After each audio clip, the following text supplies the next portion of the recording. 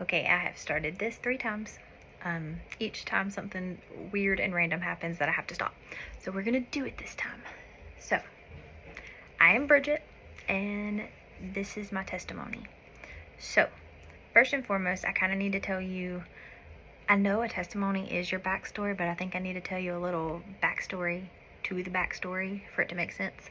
So, or who I am. I'm a preacher's daughter. I am the oldest of 3. So there's me, my sister, and my brother. I am 10 years older than my brother, and I am 7 years older than my sister. That comes into play. There was. But God wasn't done with my story for me to be able to share my story. And there's been a few things that has happened in the last couple of days that let me know absolutely that this is where I'm supposed to be. And the fact that the devil is making it so hard for me to do it lets me know that I'm supposed to be doing it. I have some stuff I was gonna show too, but I gotta explain all this first. Okay, so it is me, my sister Cassie, and my brother Logan. My mom and dad got married. They were young. They got married in 94. They had me in 95. And for 7 years, it was just me. And I know a lot of people don't think that that would make a big of a difference, but it does. It really does. It did. Of course, they wanted more children sooner than that. They got pregnant when I was in pre-K, and they lost the baby. That baby is one that we refer to as Daniel, and I'll get into that later. But it was just me and my mom at home all day, every day, until I started pre-K. I haven't even started. That ain't nothing. My mom and me, I remember we went to this church that was nearby, and we walked in, and they would say little things like, "Here comes Barbie and Kelly." I look just like my mama. Just like my mama. And she'd have me decked out all the time, and it was just, we were best friends. I was such a mama's girl. Get it together, girl. Okay. Then she gets pregnant with Daniel, loses the baby. It was a very early on miscarriage. It was not really confirmed if it was a boy or a girl. It's just been something that my mom said that she felt like she knew it was a boy. But infertility is kind of something that our family has dealt with, and after me, she had a very hard time. And then she finally got pregnant with Daniel, and then she lost him. So it was a very, very hard loss for her and my dad. But then a year later, she gets pregnant with my sister. And then a few years later, they get pregnant with my brother. But my baby came along, and I was 10 years old. I go into middle school. Everything's cool. Everything was fine in 7th grade. We go into the summer, and it was this life can't be any better. I made the cheerleading team. I thought I was this hot shot. I was a cheerleader. I had this guy I liked. Everything's fine, okay? And then one night, my mom, she was a hairdresser. She went to go cut somebody's hair, and it was one of my friend's moms. And that friend's mom had recently gotten a divorce, and I didn't know it at the time, but we were there a lot longer than a haircut should have taken, and I didn't care because I was getting to play with my friend. Well, we get in the car, and my mom tells me that she had been talking to this lady about her and her divorce. I guess she was kind of like, she just wanted advice. And on the way home, she told me, she's like, "Bridget, when we get home, I want you to go in your room, and I got to talk to your daddy." And I said, "Okay, that's fine." And like I said, they had been fighting a lot, and it was weird, but August or September of my 8th grade year.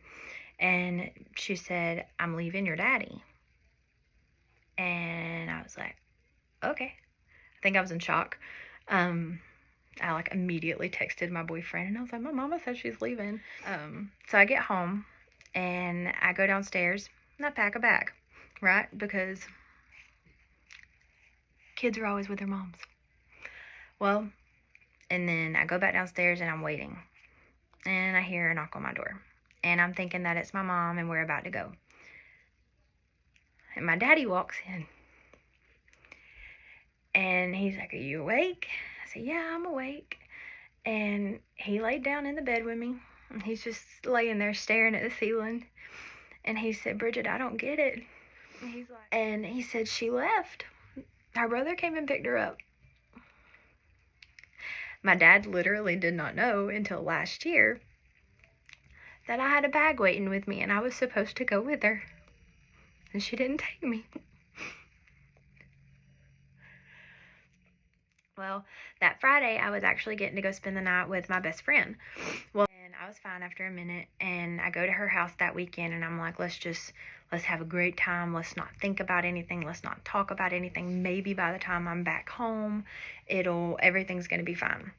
Well, I have a good time. My friend's mom meets my dad, and we get in the car to go home, and the first thing that my sister says to me when I get in the car is, Bridget, did you know that mommy doesn't live with us anymore? And I was like, oh, okay, right off the bat. And a lot of my other friends' parents were. And I remember him telling me, he was like, so who cheated? And I was like, nobody cheated. They just couldn't get along. And I mean, they were fighting. He's like, well, what were they fighting about? And I was like, but I remember my friend asking me who cheated. And I was like, nobody cheated. Well, the next day, or that afternoon, I go to my mom's. She had a house with her friend in a town nearby. And that afternoon, or that morning, I really can't remember now, she's on the phone with somebody in the little carport, and I'm out there, and I'm like, who are you talking to? And she says the guy's name. And it was my daddy's cousin. And I was like, well, why are you talking to him? And she's like, I need to talk to you about something. Hung up the phone. And she just looked at me, and she's like, Bridget, I cheated on your daddy. And I didn't understand, and I said, why? And I was like, when did it start? And, well, I go to school the next day, and we had some kind of assembly where we were, like, it was like a dance or whatever. For whatever reason, it was in the morning, because I go in, and later on, that made my boyfriend mad, because he's like, well, why couldn't you tell me that? And I'm like, I don't know, but whatever. Well, like I said, I was cheering. I was a basketball cheerleader. And later on, Mom and Dad had tried to work it out once or twice. I remember the Christmas of my 8th grade year, they were together. And we went to the mountains. And it was the worst trip I have ever went on, to the mountains, because my mom was so depressed that she was with us. And she wouldn't talk, wouldn't say nothing. She just stared out the window. And it was horrible. She left again after Christmas. That's that. They're divorced, right? That was January. They're done. Done. Well, but when my mom, well, then go on. May comes around. She's married. She's with somebody else living with him, and I was so mad. I didn't want to meet him. I ended up meeting him, and they got married and were married for several years, and his daughter ended up being my absolute best friend for years and years, and we're still close. But all through my teenage years, I'm not going to sit here and tell you every story that happened, but you needed to know the beginning. All through my teenage years, that was the trend with me and my mom. We argued, and I said earlier, me and my dad didn't get along. I did not realize until after my mom was out of the house that it was my mom that was doing it. She had played me and my dad against each other to where she would say, I'm sorry, your daddy's not fair. I can't talk him into it, blah, blah, blah. And then she would go to my dad and say, don't let her do this, but I don't want to be the bad guy. And it wasn't until mom was out of our equation that me and my daddy got close, and I've been a daddy's girl ever since. When you go from one day you're with your dad and he's a preacher, and then you go to your mom's, who is no longer a preacher's wife and is very much so going the opposite direction, you get whiplash. And you're a teenage girl. Okay? I remember I was in 9th grade the first time I ever drank, and my mom gave it to me, and I'm not going to tell all of the stories, and I'm not going to tell anybody else's story that is involved with that, but she would let me drink. She would let me do whatever I wanted when I was at her house. And my stepdad at the time, He had family that lived nearby, and I became very, very close with his family. And there was a person that comes into play from that time in my life that I got attached to this guy, and it wasn't even like we dated that long, but it was like one of those I can't have you so I want you kind of things. And I fought my mom and dad on that so hard. I did. And we would hang out all the time, every chance I got, right? Then in 11th grade, my mom moves to Noonan. And I go with her, and we're over there a lot during the summer. And at the time, it was every other weekend, 2 days here, 2 days there. So everything was split down the middle. She goes to Noonan. I spent a lot of time with her while I'm in Noonan. Me and my stepsister would stay there a lot. And I was like, I want to move in with you, because I was dating that guy and she was letting me date him, and we just didn't tell my dad. And I was like, I want to move in with you. And so I move in. I changed schools. I went to a different school for 2 weeks. My mom and my stepdad sent me down after the first initial night that I was living there, and they're like, you can't be with him no more. I was devastated, okay? Well, here I am. The whole reason I wanted to move in with my mom was for a boy who lived 5 minutes from my dad's, 2 hours when I was with my mom, but my mom let me be with him, right? Well, then I realized while my mom was in Noonan, I knew she had drank since she left my dad, but I didn't realize how bad it was. They lived in apartments, and she would get sloppy drunk at the pool. My baby brother locked himself in a bathroom and couldn't get out of the bathroom, and he was panicking. He was scared. He was 5 years old, and my mom was too drunk to get him out of the bathroom, and I had to get him.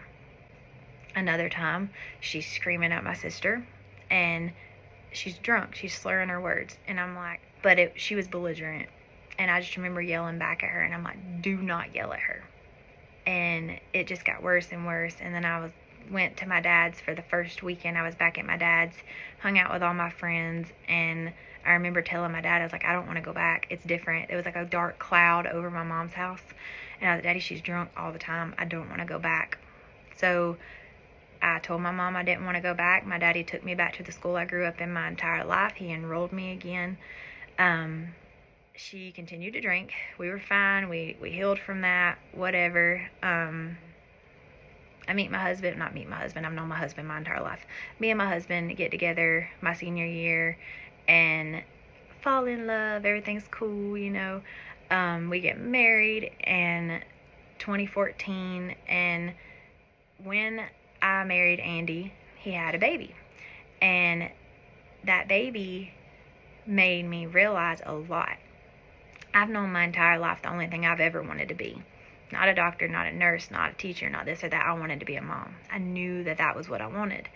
And I had a stepson now, right? Now, at the time, at the very beginning of our relationship, me and my stepson's mom, we were babies fighting over babies, but it's so much better now. But that was a challenge at the very beginning of our relationship, and I remember trying to do the absolute best I could for the little family that I had.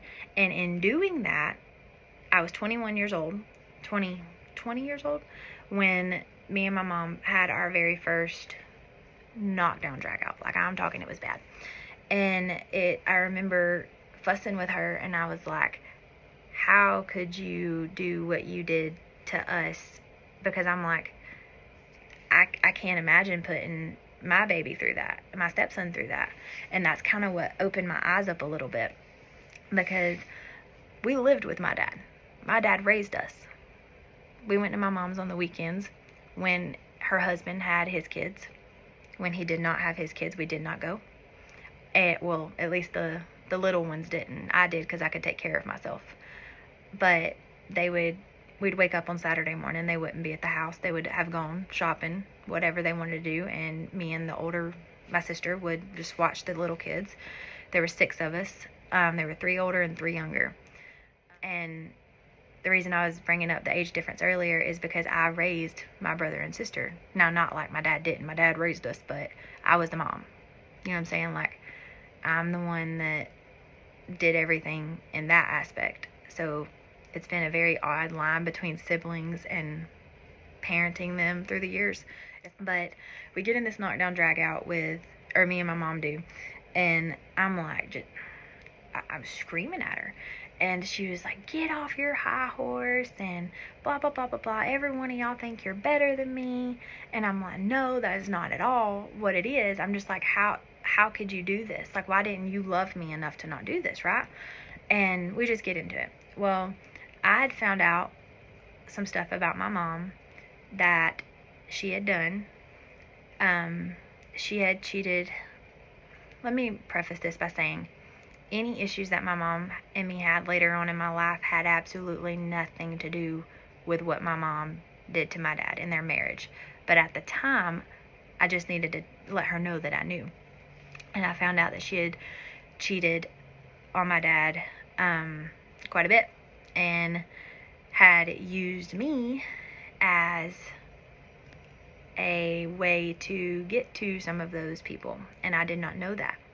She had given me something to give to somebody, and it was a way for them to contact her, and I did not understand why. And she was trying to talk to that person. So that hurt. And I don't know. But the things that I found out later, I found out that she had been a little inappropriate with a boyfriend that I had. And I was like, I just need you to admit it. That's all. I just need you to admit it. And she wouldn't. So I'm like, okay, whatever. Well, the next few days we end up talking, and I remember her telling my dad she thinks that she's right, but she's not. But she told me that just to shut me up. She was like, it's okay, everything's fine.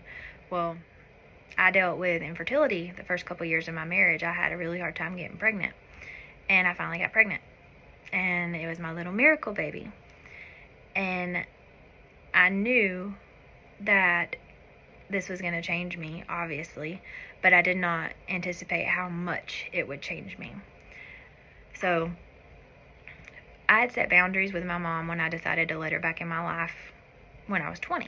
And one of those was, if I ever have kids, you're not going anywhere, you're not taking them or whatever. So I'm pregnant with Cooper, and the fall before I got pregnant with Cooper, my mom married someone else. She marries him, and I get pregnant with my son, and I made the decision that the only people I wanted in the delivery room with me was my husband and my sister-in-law. And I said, I'm like, I didn't say this to her at the time, but I was like, she doesn't deserve that. She doesn't deserve to be in the room with me when I have my son. I'm like, you didn't raise me, so why would I let you have that?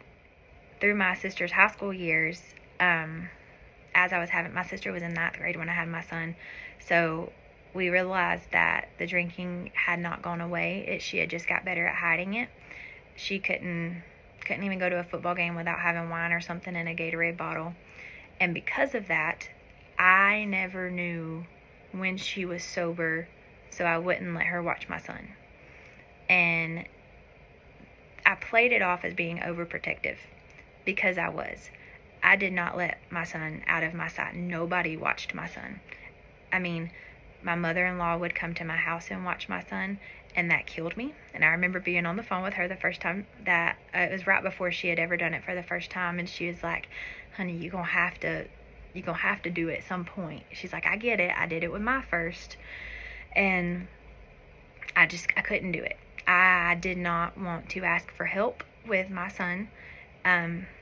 Even my husband. I wanted to do it all because I felt like if I couldn't do it, or if I was having a bad day, I remember I would be upset or like stressed out or tired, and I'm like, don't be tired.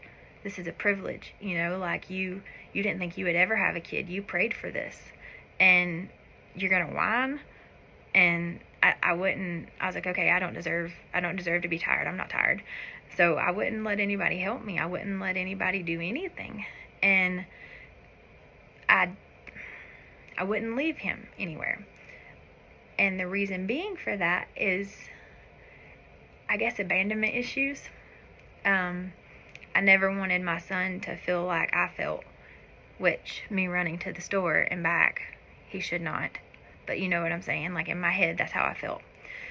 So I never let my son in the car with my mom. Never let her watch him. Well, 2 years go by, I get pregnant with my second son, our baby. And he is born in 2020, just a couple weeks before everything happened with COVID. And again, nobody but me, my sister-in-law, and my husband were in the room, but that was okay. She didn't even ask this time. She came to see him in the hospital. She had came over to the house a couple times, and then everything happened, and nobody saw anybody for a very long time. But I was struggling. I was stuck in a house 24/7 with a 2-year-old, a newborn. My husband was not only working all the time, he was in school. I only saw him a couple hours a day, if that. So I was doing it all by myself during the day, and I still wouldn't ask for help. And it got worse and it got worse, and everybody was scared. Everybody was scared. Nobody knew what to expect. But I wouldn't look at the news, because every time I would look at the news, I would panic. And I had a newborn baby. And my mom was panicking, and she would text me for comfort, but I couldn't comfort her because she was scaring me. She was making me spiral while she was spiraling, because I was so nervous about the baby. So I had to kind of stop texting her a little bit, or at least being very vague with her, because it was very hard, and it wasn't a her thing, it was a me thing. Then when my baby was 4 months old, we went to St. Augustine on vacation. It was Father's Day weekend. So with that being said, we're in St. Augustine, it's Father's Day. I wake up, I post about my husband, and I'm like, well, we're here with my dad. I have some really cute pictures of my dad with the babies, so I posted about my dad. And I was like, thank you for being the best daddy in the world. You know, you're my best friend. I love you. Cool. About a day later, I get a text or something from my mom, and she says, I'm just really sick, and I wanted you to know that I was in the hospital. And I was like, okay, I hope you feel better. Like, I'm so sorry. But I didn't ask her what, because again, at the time, I was trying to be very vague about, not vague, but I just tread lightly on sickness topics, because I could still not handle COVID. I was very, very scared of COVID. Then that Christmas, she had gotten me a photo shoot for Christmas. She paid, like, she wanted me to get family pictures done so she could have family pictures, but that was my Christmas present. I was under the impression that she was going to be there when I got these pictures done to help me hold the baby. And she didn't. She didn't show up. I was like, okay, well, I can't put this kid on the ground and go take a kissy picture with my husband. So what do? Well, my dad. I was like, hey, Daddy, can you ride down here? And it was literally across the road from our houses. And I was like, can you ride down here and just hold Tucker while we take some pictures? He's like, yeah, of course. So he's down there, he's holding Tucker, he's playing with him, you know, we're over here taking pictures. And the girl who done my pictures, she saw the baby giggling, and she kind of turns, snaps, keeps snapping, whatever. Well, I didn't know that she got a really cute picture of my dad and the baby. And then when I got the pictures back and I look at them, I didn't think nothing of it. I was like, oh, these are so cute. My mom wanted to see them, so I sent them to my mom. And she didn't say much. She was kind of upset that there was a picture of my dad and some pictures that she paid for, but she had never really been like that before, so I didn't think much of it. Saw her about an hour or two at Thanksgiving, didn't see her again until Christmas. Everybody came to my house at Christmas, and the living room was like so full. At the time, she had like kind of been cutting her hair. She had cut it shorter and shorter and shorter and shorter, and I was like, okay. Didn't really pick up on that it was a sign of her just not mentally doing well. Christmas wasn't Christmas. She barely stayed. I gave her the picture for Christmas, and I had it in a little thing, and like she had like brought all these trash bags of like our presents in, and like I'm helping the kids open theirs or whatever, and she's just standing there watching us. I was like, oh mama, there's your present right there. And it was like behind her, and she picked it up and was like, oh, thank you. And I mean, I didn't have it wrapped, but I didn't think I needed to. Well, New Year's, day before New Year's, my mom started texting my dad, and she's fussing at him, and it's just weird stuff that she's fussing about. And he didn't even tell me until it got really bad. And she was saying a lot of things that were very hurtful. And he kept telling her, he was like, are you drunk? You know, are you okay? Do you need help? What's going on? And it just got worse and worse. And then she finally kind of took a jab that she knew would hurt. And he told her, he's like, do not ever contact me again. Me and my sister were over 18. My brother was, he was late teens when this happened, 2020. He was like 15-ish, I think. So, I mean, she could have talked to Logan if she needed to. And he said, do not call me again. Do not text me again. That was the first day that all this happened. She texted him constantly for 3 more days. And he's like, I don't know if she went on like a bender or what. It was New Year's. Nobody really knew. Well, we were all so livid with her about the things that she was saying that we didn't talk to her. So she would text me, I wouldn't respond. She would whatever, I wouldn't respond. And then about 2 or 3 weeks later, finally get a text, and she's like, Bridget, please don't do this, because I deleted her off my Facebook.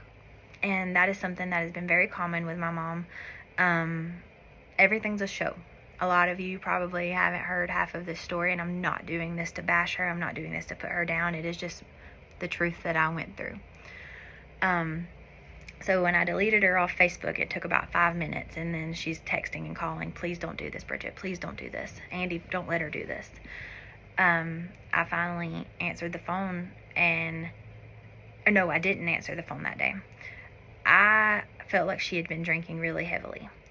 So I called her husband the next day, and I was like, I need you to be honest with me.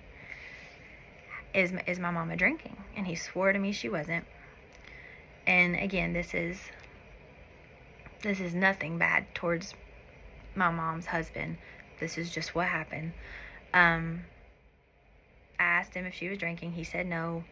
And he said that she's just really hurt, and she feels like your dad's brainwashed you guys into thinking that she's just this awful person. And I very nicely tried to explain to him that, and something that a lot of people need to realize, my dad's never said a bad thing about my mom. Nothing. Like I said, the majority of you didn't know that there was probably one more affair, or more than one affair. And the only reason that I'm saying that there was is because some of those affairs very directly affected me. But my dad's never said anything bad. My dad never told us anything. The only reason that I knew some of the stuff that I knew is because I was there, or I found out myself. My dad would tell you himself that we told him more than he knew. So I told him, I was like, that's not true. My dad did not brainwash us. This is what happened. But all he knew was my mom's side of the story. And if that's the only side you know. So I told him that I needed him to talk to her, and that she needed help, that she was sick. And he's like, okay, call her tomorrow. I'm going to talk to her. I couldn't. I picked up the phone, and I went down to my dad's, and I called her. And me, her, and my brother and my sister all got into it. And I finally got her to admit that she was drinking again. Now, what she didn't know is the whole day before this, or the whole day of earlier that day, I'd been on the phone with a family member of hers, and they told me that she had quit her job a month or 2 before because of the drinking, and I didn't know that it had gotten to the extent that it had gotten to. She finally admits that that's what she's been doing, that she has an issue, and I gave her an ultimatum. We all did, and we said, Mom, we need you to get help, and if you don't get help, we can't do this anymore. We're not going to do this anymore. It was not us being mean. It was hoping that she would love us more than that. And I know that there's a lot of children of addiction that kind of understand where I'm going through here, or what I was going through, but it was very hard. She went to the doctor, but she never went to any kind of treatment, and she wouldn't. She would say over and over, I don't need that kind of help. I don't need help for the drinking. I need help. I need you. I need you. And that was something that was very common in my life, was she wanted me to fix her. And I was the one who had to fix her. I was the one who had to pick her up off the ground. I was the one who had to take care of the kids. You know what I'm saying? So I told her, I was like, look, I can't do this. I can't do this. She texted me one day, and she said, on the phone with her when we were arguing, I told her, I was like, Mama, I need you to get right, because I don't want to get a phone call that you're dead. And a couple of days later, she texts me and she's like, I need help. Help me, please. I panicked. So I called her family member that lived next to her, and I said, go check on my mama. I don't know what's wrong. Go check on her. I live 45 minutes away. They send one of her brothers over to check on her. She's fine. And then she gets mad, and she's like, I needed you. Why didn't you come? And she puts her family, our family, everybody in this whole group text and said, I'm done. Leave us alone. I want out. I was like, okay, bet. I didn't talk to her. I'm talking months. She would text here and there, wouldn't speak. A year goes by. By that fall, I think by that August, I was crying all the time. I mean, I wouldn't text her back, but I was squalling because it hurt. I mean, I didn't have my mama. The mama that I had, I didn't have. So I went into therapy, found a very good friend, and I realized that there was a lot of stuff going on. My mom, and I knew this before going in, my mama was very, very narcissistic, and I had to deal with a lot of gaslighting. And I worked through all of this. I graduated therapy in the spring of 2022. And I very slowly started trying to come around to the terms of, I left therapy in the notion that the ball is in her court. I have done all I can do. I have begged for her to get help. I have begged for people to help her. Not nobody, but my mom didn't want help. They didn't realize that it was as bad as it was, apparently. And it was just very bad. And I was coming around to the idea that I wanted to try to rekindle something. And then in September, my sister gets baptized, and she invited my mother to this church to get baptized. I have not seen my mom in almost 2 years. I was terrified, and I did not want her around my kids, because that was the thing. I was like, we're going to get right before y'all get right. Like, you're not going to be around my kids until we fix this. I almost didn't go to my sister's baptism because I didn't want to be around her, and I was so mad at my sister. And I was like, you made a decision that directly affected me, and you didn't care. I was so mad. I was squalling, sitting in my daddy's house, and I was like, why are you giving her this chance? Why does she deserve for you to invite her to this? I was like, Cassie, you don't owe her nothing. And my sister had really gotten into church. She's always been in church, but she really dove deeper into the Lord, and obviously she was getting baptized. And she's like, Bridget, if nothing else, I was like, we don't have to have she said, we don't have to have a relationship, but I want her to know that if she needs me to talk about God, she can talk to me. So she hugged my mom's neck, held her hand the entire service. I didn't speak to her. My brother didn't speak to her. I didn't look at her. We did not make eye contact. I was within 10 feet of her a couple times. I didn't look at her. At least when she was looking at me, I didn't look at her. I didn't hug her. Nothing. That was September. October rolls around, and she sent me this video. It was a video on, like, a clip on Oprah, where the whole video was screaming forgiveness, and there was like, how can you say you're a Christian if... It was meant to be very motivational, but it came off of a different way to me. And the whole video was like, how can you say that you're a Christian if you don't forgive? And is it really easier to hold on to all that hate and all of that whatever if you're not forgiving. And I was mad. So instead of responding to the video or to her in a text, I wrote her the longest freaking email. And the reason it was an email is because I couldn't send it in a text. And so I was very, very nice, but I was very, very blunt and straight to the point. And I told her that I had forgiven her, because I did. I did forgive her for everything that she had put me through when I was a kid. But you need help. And that is where we kind of butt heads at.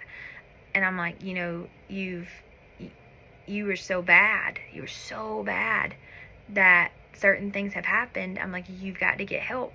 And I told her that something that we have dealt with a lot is generational curses. And when I say that, I'm not saying this to be mean. I am saying this because as much as it is someone else's truth, it is mine as well. And it is their family, but it is my family too. And I can say this, and that is why I'm saying this. But my family has a generational curse, okay? My family deals with addiction. My family deals with a Jezebel spirit. I said it. I did.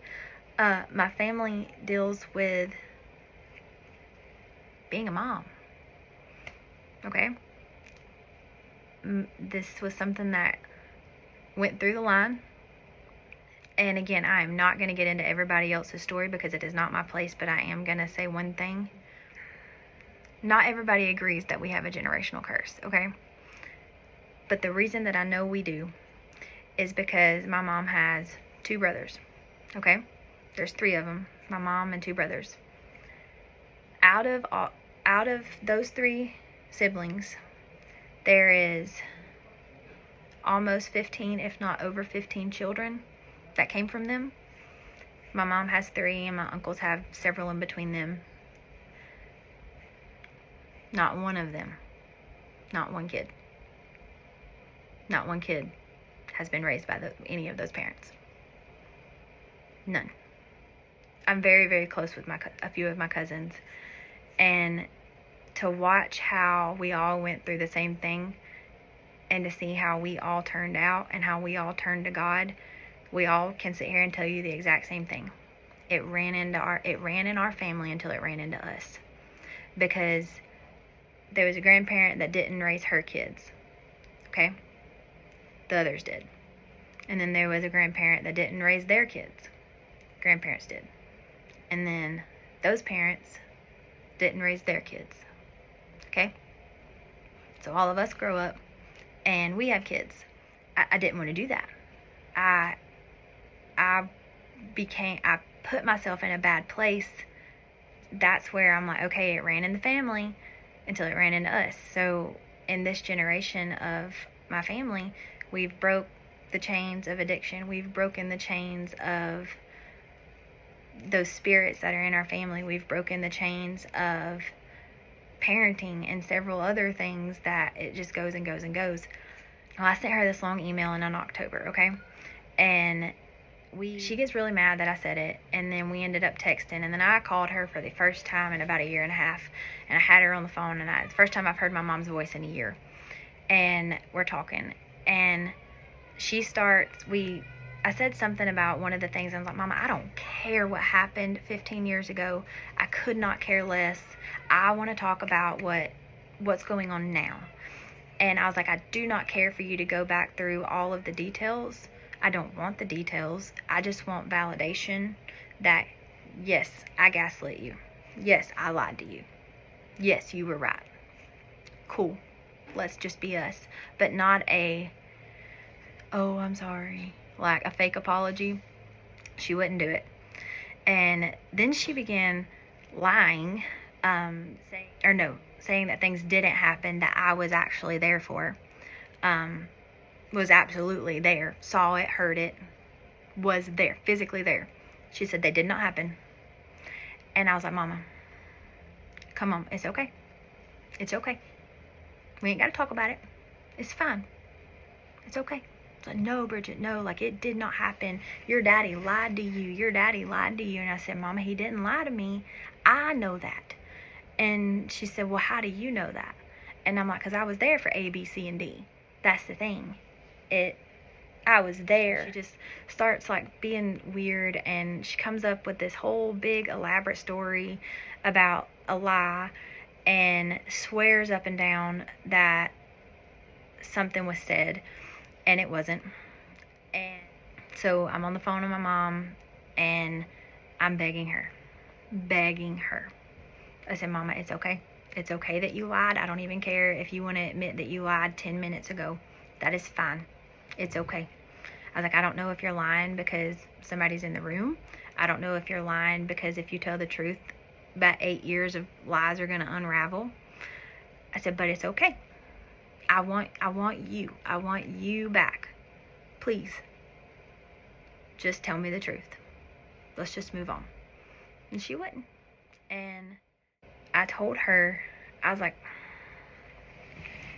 I said, Mama, if you can really live with telling your daughter that, then fine, if that's what you want. Right. And she kept saying, she's like, I'm not lying, blah, blah, blah, blah, blah.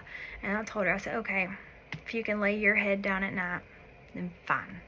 And she hung up on me.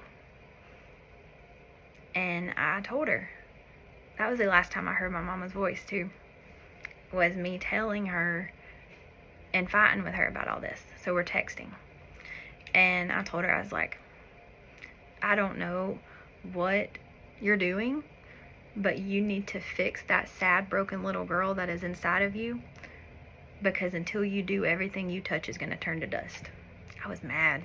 I wanted to hurt her like she hurt me. And I told her that she needed to get help, that she was literally insane. And I told her that her and her entire family, ain't not a one of them different. It was one thing to mess with me and my brother and sister, not that that's a good thing, but it was a completely different line to cross to bring my family into it, and she did. And I told her, I was like, I will never speak to you again. I am done. I wanted to build a bridge. I wanted to get over this. I wanted to do whatever we needed to do, but you couldn't even do that. You couldn't do that for me. So I'm done. Do not contact me. Do not text me. Do not call me. Do not text my husband. Do not call my husband. If you see my kid, turn the other way. I said, I'm done. And I told her, I was like, I hate you. I said, I hate you for what you put me through. I hate you for not loving me enough to change. I hate you for not being the mom that I deserved, the mom that I wanted, because I grew up seeing all of these people be best friends with their mom, and they would do everything together, and they would everything. And I had that for the first 13 years of my life, so I knew what it was like. And she was supposed to take me with her, and she didn't. And she left. She abandoned me over and over and over my entire life. And my siblings. And it was like every time I would give her another chance, she would just hurt me. And I get hurt people. But after I had my own kids, and I realized how much I loved my baby, how much I loved being a mom, and how I would do anything to keep them from feeling just an ounce of pain, that shattered me. because I realized that I didn't mean that. I didn't mean that to her. She meant that to her. So all those nights when I laid awake squalling because I wanted my mom, crying because instead of texting my mom or my mom being there to tell me that something didn't match, I was texting my best friend's mom. Does this look okay? Does this fit? Instead of asking advice about boys to my mom, I knew I couldn't because she would tell me the wrong thing because she was trying to destroy me, to hurt my dad. She wanted me to be the farthest thing away from what my dad wanted me to be so she could laugh in his face and say, see, you didn't do a good job.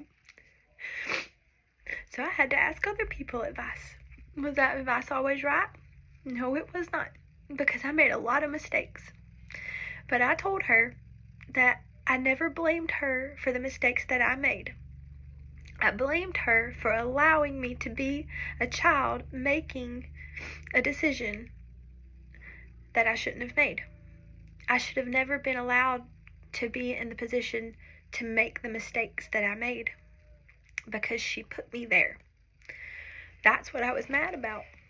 About 2 weeks later, she texted me and was like, I just need you to know that I spoke my truth and I'll hold to that and all this. And I said, do not contact me. Do not talk to me. She texted me again. And I told her, I said, if you call me or text me one more time, I will get a restraining order. I will call the law. So you can't talk to me. That was November. And then December. It was December 12th. It was a Monday. I had to wake up to take my baby to school and put my other baby on the bus. And I was going to wake up at 6 o'clock. I kept stirring and I ended up waking up at 5:30, which is odd. And I'm like, why am I awake? Why am I awake? So I look over at my phone. I had 2 missed calls from a random number I didn't have saved, a voicemail, and then I had 2 calls from my mama. I go to see who the voicemail is from, and it's from my uncle. And I couldn't understand him. It was muffled and had really bad service, but all I heard is, hey girl, it's bad. Call me, it's bad. And I was like, what's going on? What's going on? I thought that she had drunk enough to put her back in the hospital, but she didn't. He said she's dead. I was like, what? I sat up in the bed and I was like, do not lie to me. Because I had a phone call from her and he said that was me. And I said, listen, if you're lying to me to get me to talk to her, I will not forgive you. Because my mom previously had wrote a suicide note and had somebody send it to me and then pretended like it wasn't a suicide note. And I was like, I can't do the thing where people play on my emotions anymore. I can't. So if that's what you're doing, it's not funny. He said, I'm not lying about that, Bridget. I wouldn't lie about that. And I was like, what happened? And he said, I don't know. I guess she worried herself to death about everything. Okay. Hung up. Called my Nana. And all my Nana said was, baby, call your daddy. So I hung up with her. Called my daddy. I said, what happened? And by this time I had done stood up, started putting clothes on, and turned the light on. And he said, hey, baby, it's not good. I just fell. I couldn't breathe. And then I hung up with him and I called my husband. And he answered the phone. He said, hey, baby, I'm on my way. And so I put clothes on. And I go wake my kids up. And I walk into Xander's room. And I say, hey, please get up. Please get up. We gotta go. And he's just looking at me like, okay, I'll get up, I promise.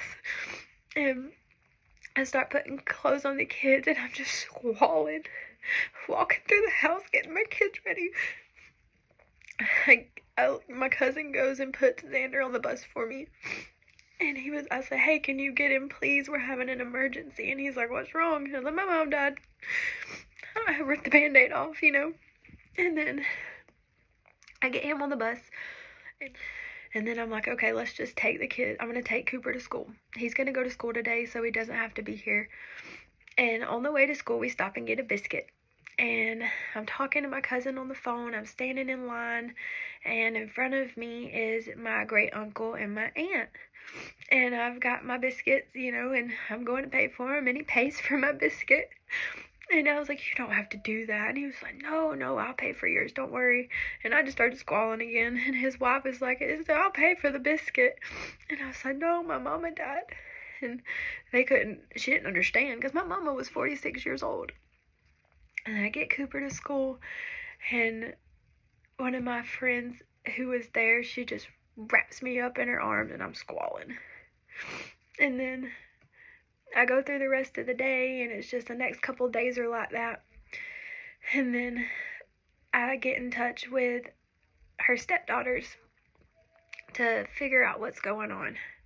And that first initial phone call, after I got off the phone call, I was not okay, because I realized that they all blamed me.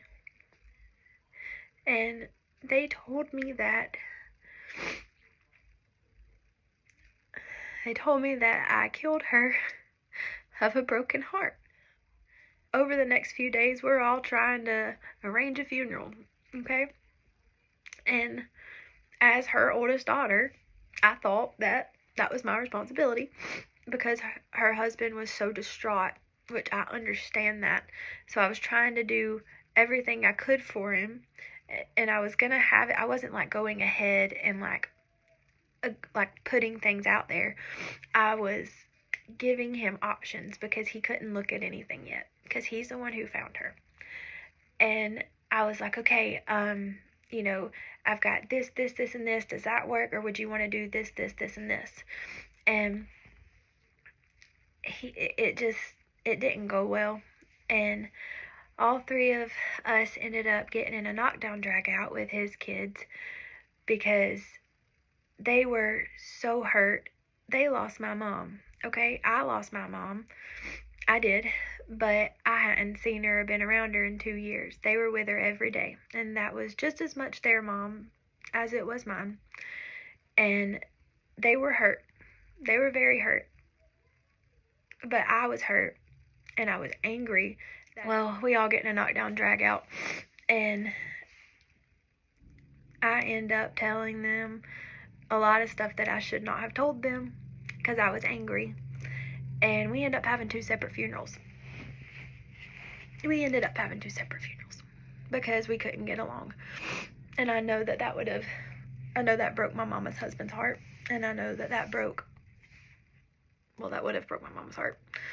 But I was just mad.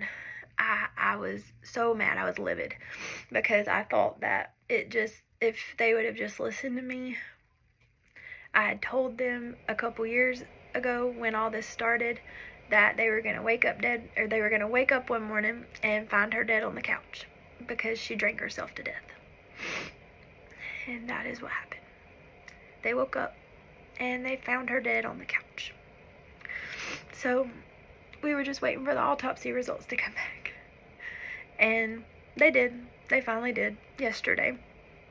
And I'm not going to share what they were, but it is not what we thought. It's not what they thought. I guess it was just very down the middle. And I got a chance to apologize to her husband yesterday for saying the things that I said, because I blamed him. I blamed him for my mama dying, and I said so many mean things. I told him so many mean things. He woke up and found his wife dead on the couch, and then I told him it was his fault. And then I made it so much worse because I was so mad. And then I opened a door in my heart when I did that, because I've never in my life been a confrontational person or said mean things to people, and I did. And after I did, I couldn't stop. And I was chewing heads off and saying hateful things to everybody and anybody. And in my head, I was saying, I'm not going to get picked on again. I'm not going to get shoved aside again. And I'll show you how bad that comes back. I was texting my mother-in-law, and I read a text the wrong way, and I thought she said something differently, and before I could realize what she said, I chewed her out. And then after I realized what I said, my heart broke, because I realized, dude, you really opened a door. Like, you opened a door to anger, and I was so mad. Ever since my mom died, I've been just so angry, and I was taking it out on everybody. And I chewed her head off about something she didn't even say. And that's when I realized, you're stupid. And you opened a door. And it really hit me, because we've been having a Bible study. And we've been talking a lot about doors opening. And I was like, okay, well, that means, like, don't play with a Ouija board. That'll open a door. That means, like, don't, do this or that. That's going to open a door. And I didn't realize until my sister pointed it out that I had opened a door. And I had to apologize. And I did over text, but not that it wasn't good enough for her, but like it wasn't good enough for me. So I apologized to her, and she kissed me on the cheek and told me it was fine. But I've been praying and praying and praying, and I know that God has laid something on my heart to do in the church, and I'm working on it, and I'm doing it. But I could not for the life of me figure out why I was having so many issues with this. Like, of course you're going to have issues. Your mom died. But it wasn't that. I was angry. And I'm like, okay, are you angry because she died? And I was like, yes, I'm angry. Because in my head, as mean as this is, I was betting on the fact that she was gonna, well, two things. I was either hoping that she would change and be the mom that I wanted her to be, or I was betting on the fact that she would show her true colors, and every one of them that called me a liar or told me that I was wrong would see. I wanted her to prove me right. And I was like, she had the audacity to die before she got the chance to. And I'm like, are you kidding? And it ate me alive. And I'm like, oh, why do I need to say all of this? And I'm like, I think the reason that God laid it on my heart is because not enough people take it seriously. Unforgiveness. And not enough people take it seriously that God is real. And when, oh God, I feel stupid. And that I think people, like I said, I think people think that when you open a door, it is like a Ouija board thing, and it's not. Not enough people realize that it's little things. I saw a video of a woman who was possessed, and let me back up. There's a book, and it's called He Came to Set the Captives Free, and it is about a high priestess witch and a bride of Satan who converted to Christianity. And I have very purposely not read this book for a very long time, because I wanted to be a better Christian before I read it, because I didn't want to open the door to fear, and that crap scares me. And I'm like, I'm not going to read a book about something that I know is right, that I have witnessed and I have seen when I'm not okay. Well, I started reading the book this week because I felt like I was ready to. I really did. And every time I start to read it, I pray that the spirit of fear is not with me. And then because of that, I was able to watch this video. And in this video, it was a woman who was possessed with a demonic spirit. And she was talking, and she's just like vibrating, okay?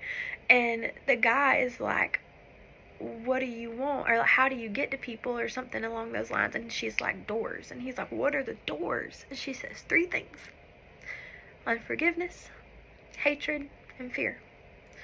And I was like, okay, well, I just gotta work on being a little scared, but, you know. But then I was like, I forgave my mom. I did. I forgave her husband. I did. And I forgave all the other people that hurt me. And I was like, what does it matter? And then I realized that it wasn't me who needed to hear this. It was you. And that I went through what I went through with my mom. And I didn't mean to ramble in the middle, I'm sorry. But I went through all of the things that I went through. And I experienced all the trauma that I experienced because God put an anointing on my life to be a chain breaker, to be a trauma breaker. And if I am the only person that ever tells you that it's okay to put boundaries up in your life, even if it's a parent or someone close, or if I'm the only person in your life that says even if you're alone, you're with God. You're not alone. And as hard as it is, I want you to think about the things that I went through, okay? My mama abandoned me more than once. My mama wanted me to ruin myself and put me in situations where that could happen. And did happen a few times. More than once.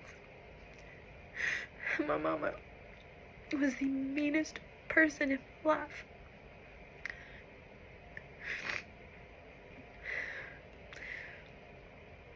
But I loved her. My mama couldn't be a parent. She couldn't.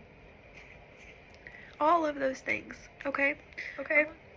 If I could go through all that and turn around and forgive her, you can forgive them. Okay? And a couple weeks ago, I went to my dad's and I was looking through my stuff that I had when I was a kid, and I found something. And I found a letter that I've never read from my mom. It's like a 6-page letter that I did not know I had from my mama.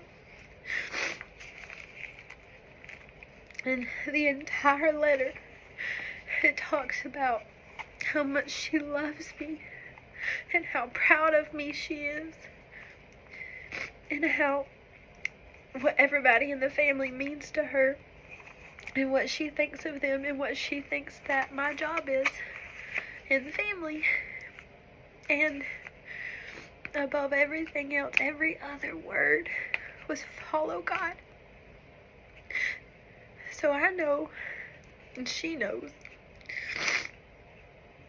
that even on the days that she was angry with God, she wanted me to follow him. With all of this being said, and a part of a testimony, I need you to listen to me when I say this. The devil is real, okay? Hell is real. Heaven is real. There is not a situation, I promise you, I've been through about every bit of it. There is not a situation that is unforgivable. And that doesn't mean that you have to be around that person I forgave my mama. I loved my mama, but I did not like my mama. But I forgave her for me.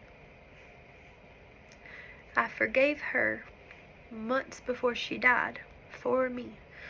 And I'm glad that she knew that, because I did. I forgave her for everything that she did. That does not mean that I had to go back and see her and start a whole relationship over again and possibly go through it again. No. But it means that I'm not holding on to that in my heart anymore. And I have forgiven her family. I have forgiven all of them that want to scream at me and say, you know, the Bible preaches forgiveness. Absolutely it does. But that does not mean that you can't have boundaries. It is okay to have boundaries for you, for your kids, for your family. Because it doesn't matter if it's your mama, it doesn't matter if it's your daddy, your brother, or your sister. It doesn't matter how close it is. If they're not pushing you forward, they're holding you back. And I know that sounds harsh, but you have to set healthy boundaries. And there's a lot of people like, oh, that's just how my mama is. That's just how my daddy is. It doesn't matter. It doesn't matter. You can't hold a grudge. You can't walk around and be the strong, silent type. Because what are you getting? You're going to let a relationship fall apart. You're going to let a relationship fall apart completely because you can't say it's okay. You can't say you're sorry. You can't forgive. Is that worth it? Is that really, really worth it? It's not you being weak. It's not you being weak. You're being meek. And if not for anybody but yourself, not for anybody but your kids, it's worth it. So, I'm sorry I rambled. I'm sorry I cried half the time. But if you have questions, I'm here. I